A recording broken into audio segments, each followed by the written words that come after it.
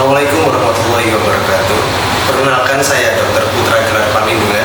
Saya dokter spesialis bedah di program studi S1 Kedokteran Fakultas Kedokteran Universitas Negeri Surabaya. Hari ini saya akan mensimulasikan salah satu kompetensi dokter Indonesia, yaitu sirkumsisi. Mari kita ikuti bersama. Yang pertama kita lakukan adalah melakukan evaluasi kepada keluarga pasien apabila pasien itu anak-anak.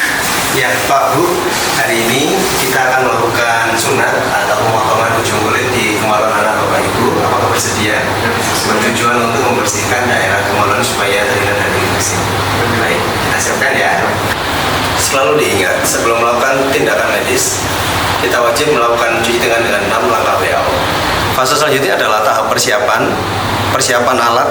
Yang pertama kita butuhkan adalah sarung tangan steril sekali pakai, kemudian gunting untuk plester, kemudian jarum dan benang.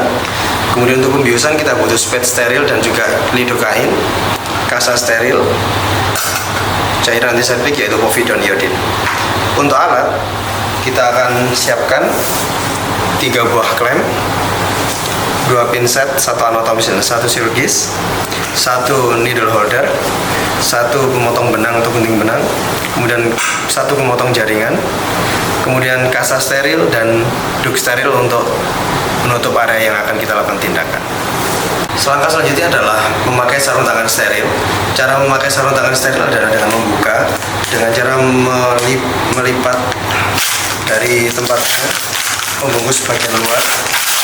Kalau kita ambil sarung tangan dan kita buang pembungkus pertama, setelah bagian dalam dari sarung tangan sudah kita buka, lalu kita buka untuk memastikan hasilnya dalam keadaan baik.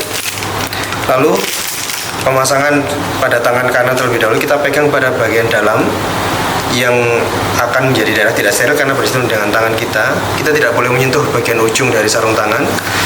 Kemudian masuk dan kita arahkan ke atas. Untuk yang berikutnya, kita tidak melakukan pemasangan dengan cara yang sama, tapi dengan memasukkan ujung tangan yang steril di bagian dalam dari sarung tangan itu.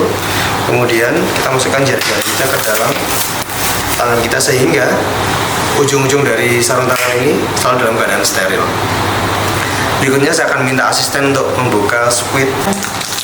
Setelah kita minta asisten untuk membuka squid, lalu kita ambil dengan tangan yang sudah steril dan minta sekaligus membuka ampul dari lidocain.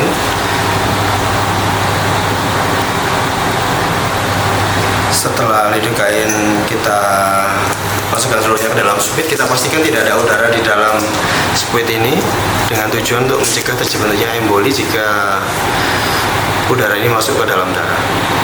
Jika sudah, kita tutup kembali. Cara penutupan tidak boleh dengan 2 tangan, harus dengan 1 tangan. Dan kita taruh di tempat yang alat sudah. Setelah itu, sekaligus kita minta asisten untuk menuang betadine.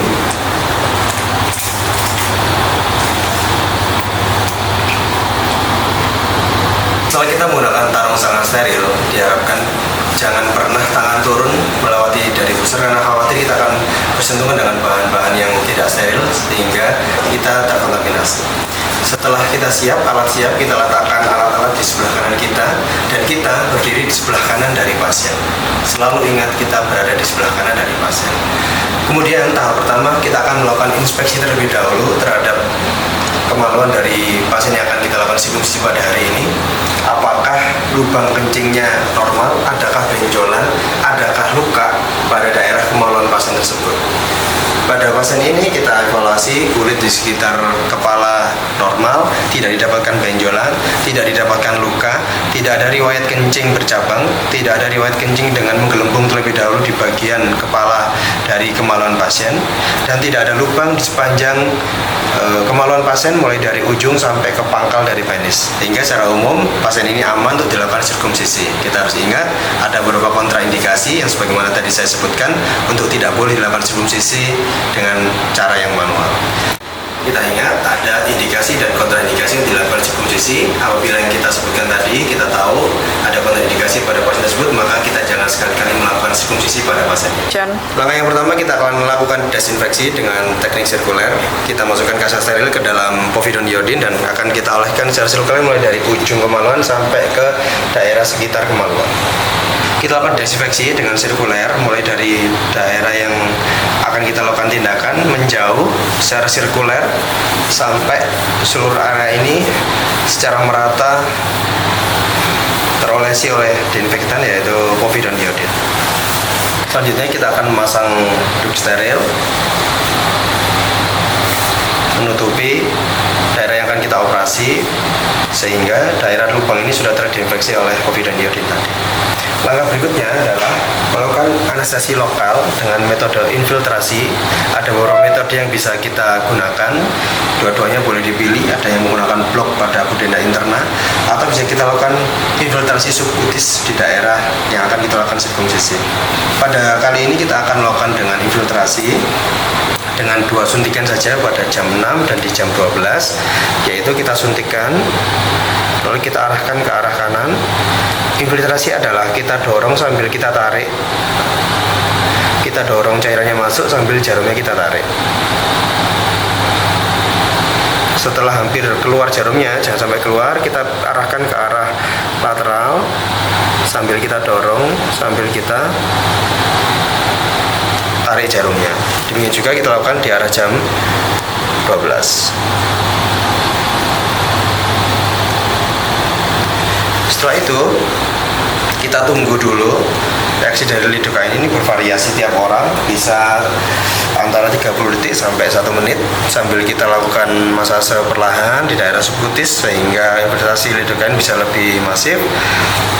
Sambil menunggu kita boleh melakukan tes nyeri, apakah kita jepit di sini pasien masih merespon, kita tanya ya, apakah ini sakit?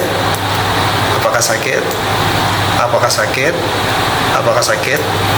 Jika pasien sudah tidak mengeluhkan rasa nyeri pada daerah yang sudah kita jepit tadi, maka kita asumsikan bahwa lidocaine sudah bekerja dan sudah melakukan anestesi lokal daerah penis. Berikutnya kita lakukan pembukaan gland penis terlebih dahulu, yaitu kita dorong.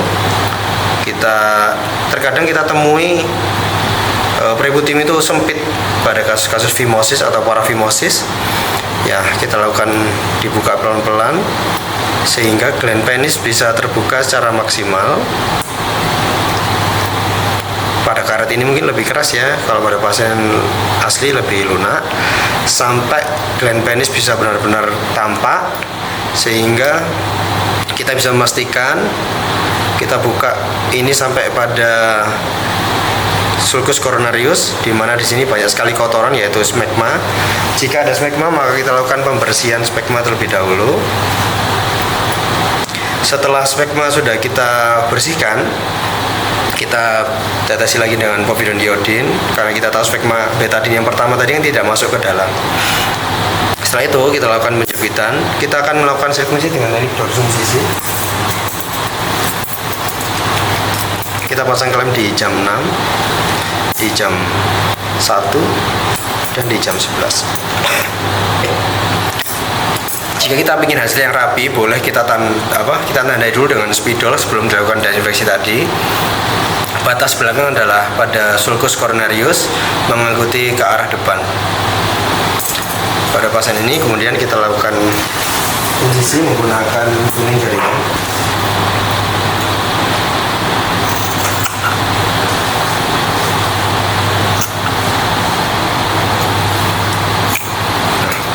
Di sini sampai dengan batas sulcus coronarius. Setelah itu kita lakukan sayatan menuju ke arah frenulum atau ke arah depan, ke arah lateral juga bisa. Teknik ini sangat baik karena kita akan terhindar dari cedera pada gland penis, karena kita bisa secara afu melihat gland penis yang ada di depan.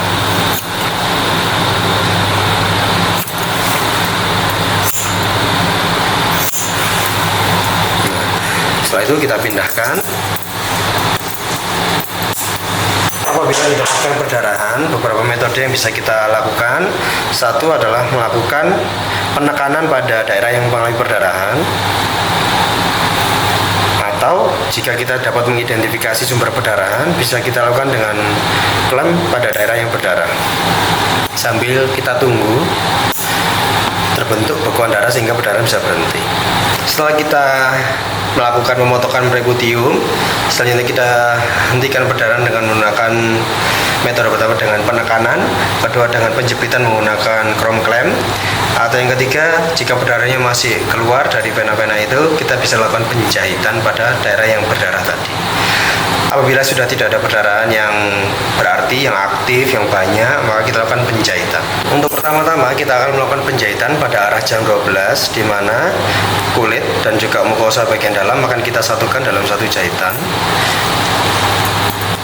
Kita jepit terlebih dahulu menggunakan pinset.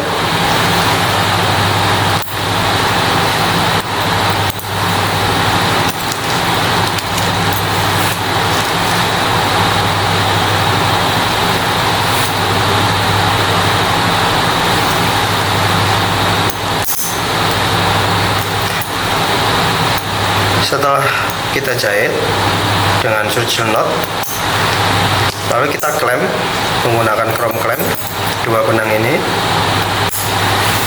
lalu kita gunting benangnya di atas dari klem tadi, bertujuan supaya saat kita menjahit yang bagian bawah kita lebih mudah karena kita bisa mengarahkan kemaluan ini ke arah atas.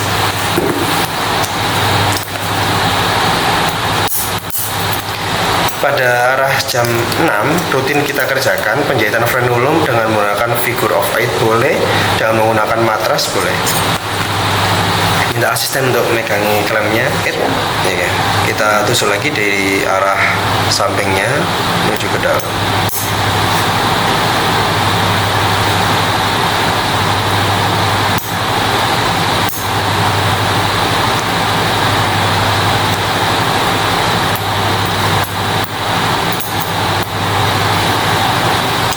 Yang harus diingat, jangan pernah menyentuh jarum ini dengan tangan kosong, harus pastikan menggunakan pinset demi keamanan kita sebagai operator.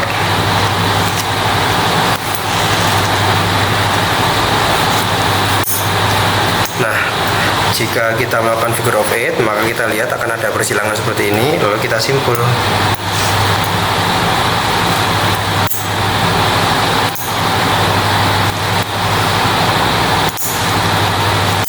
Berikutnya pada jam 6 jahitan ini saya rutin untuk melakukan klem pada benang untuk memudahkan nanti penjahitan di sisi kanan dan kiri.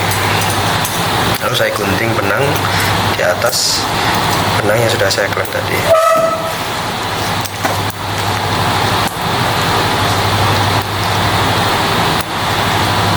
Pada beberapa kasus kita bisa melakukan penjahitan jika ukuran penis itu kecil, cukup dilakukan penjahitan 4 di sisi kanan dan kiri. Tapi jika lebih besar kita perlu penjahitan di dua penjahitan di antara dua penjahitan ini. Jadi total akan ada 6 jahitan. Tapi jika lebih besar lagi kita tambahkan lagi 3 jahitan di sini sehingga total di sini ada 3, 4, 5 dan ada 3 di sini. Ada total 8 jahitan. Pada kesempatan ini kita akan jahit di 4 jahitan saja di sisi kanan dan kiri. Dengan adanya film ini kita bisa memudah untuk menjahit ini sehingga penisnya tidak lari kemana-mana.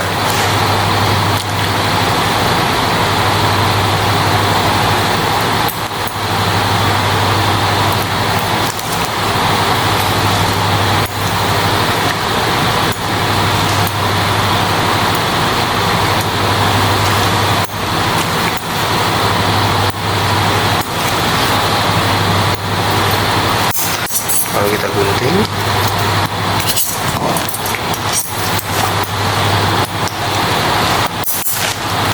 Setelah selesai kita pindahkan ke arah sini untuk memudahkan. Nah, boleh ditusuk dari luar ke dalam, boleh dari dalam keluar. Dua-duanya benar. Kita simpul.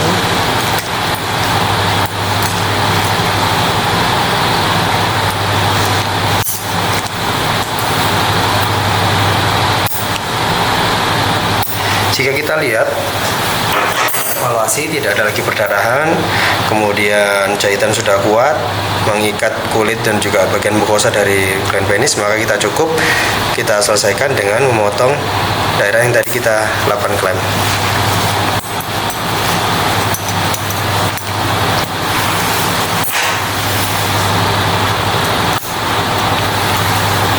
Apabila daerah hitam ini tidak ada perdarahan aktif, maka kita yakin boleh untuk tidak perlu dilakukan penutupan luka. Tapi jika kita ragu kebersihan, kemudian perdarahan masih akan mungkin muncul sedikit-sedikit, kita boleh melakukan penutupan pada daerah yang habis kita sunat dengan menggunakan kasa yang sudah dikasih betadin. Lalu kita pasangkan secara memutar dan kita pasangkan plester.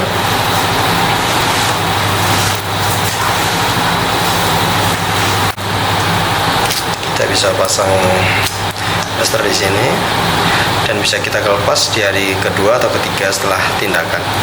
Jangan lupa melakukan edukasi kepada pasien dan keluarganya. Jika anaknya nanti buang air kecil, tidak perlu disiram terlebih dahulu, cukup diolesi atau ditutul ujung kemaluan ini dengan menggunakan tisu, kontrol di hari ketiga dan minum obat anti nyerinya secara rutin. Demikian tadi simulasi kita, salah satu kompetensi dokter Indonesia yaitu sirkumsisi. Semoga kita banyak bisa